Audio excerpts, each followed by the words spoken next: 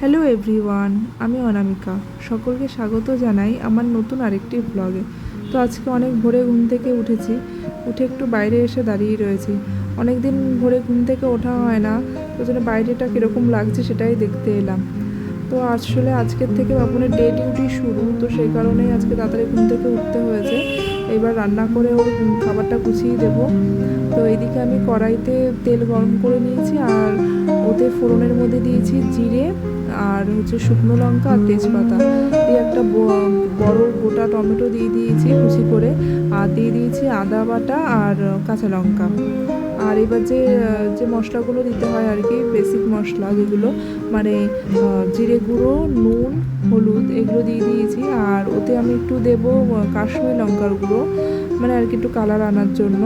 যেহেতু আজকে সয়াবিন আলুর তরকারি করব, তো সেই কারণেই এই মশলাগুলোই ব্যবহার করলাম। আর ওতে একটু চিনি দেবো, মানে স্বাদে একটু ব্যালেন্স আনার জন্য।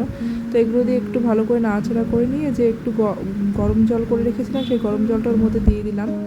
দিয়ে এবার ওটাকে একটু নাড়াচাড়া করে নিয়ে এবার এটাকে একটু মানে মশলাটা কষাতে দিলাম ঢেকে রেখে। তো এইদিকে আমার মশলাটা মোটামুটি কষানো হয়ে গেছে, মানে এই দেখো মশলার থেকে তেলটা ছেড়ে দিয়েছে। তো এর মধ্যে এবার আমি যে আলুগুলো কেটে রেখে দিয়েছি, সে আলুগুলো এবার এর মধ্যে দিয়ে দেবো।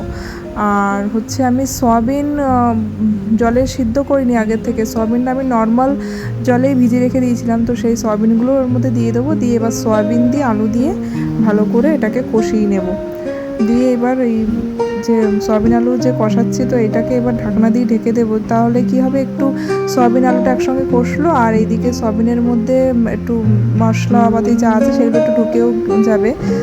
আর জল গরম করে রেখেছিলাম, যেটা আর কি গ্রেভিটা মানে ঝোলটা বানানোর জন্য, তো ওর মধ্যে জলটা দিয়ে দিয়েছি। তো আমার আবার মনে হলো একটু জলটা কম হয়ে যাবে, তো সে কারণে ওর মধ্যে আমি আবার একটু পরে জলটা দিয়ে দিয়েছি। দিয়ে এবার ভালো করে নাড়িয়ে নেব। আর কড়াইয়ের চারিপাশে যে মশলাগুলো লেগে রয়েছে সেগুলো এবার একসঙ্গে ওর মধ্যে মিশিয়ে দিলাম, দিয়ে ঢাকা দিয়ে দিলাম।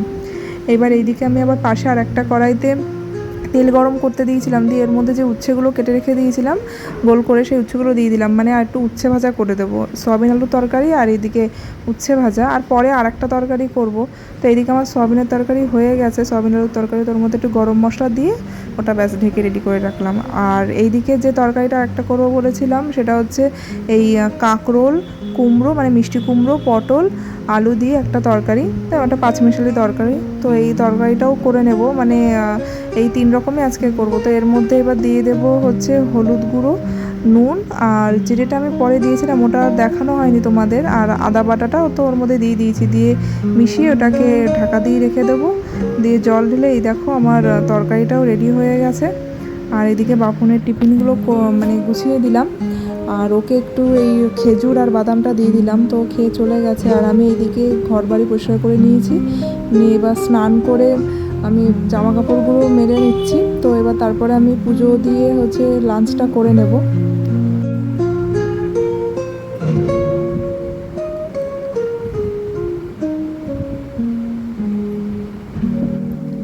তো সন্ধেবেলা আজকে একটু বাজারে গিয়েছিলাম, যেহেতু বৃষ্টি হয়েছিল, তো ভাবলাম একটু চপ নিয়ে আসি। এদিকে আবার চপ নিয়ে এসছো, আবার এখন বলছে গোলা রুটি খাবো। দেখো কি সমস্যা, চপ নিয়ে এলাম, আবার গোলা রুটিও দরকার। তো আর কী করবো, গোলা রুটিও বসিয়ে দিলাম, খাবে বলেছে যেহেতু। তো আজকে আমার ভিডিওটা এখানেই শেষ করছি, আমার ব্লগটা। তোমাদের কেমন লাগলো অবশ্যই কমেন্টে জানাবে, আর ভালো লাগলে একটি লাইক করে দেবে। আবার দেখা হবে তোমাদের সঙ্গে নতুন আরেকটি ব্লগে। ততদিন সবাই ভালো থেকো, সুস্থ থেকো, টাটা, বাই বাই।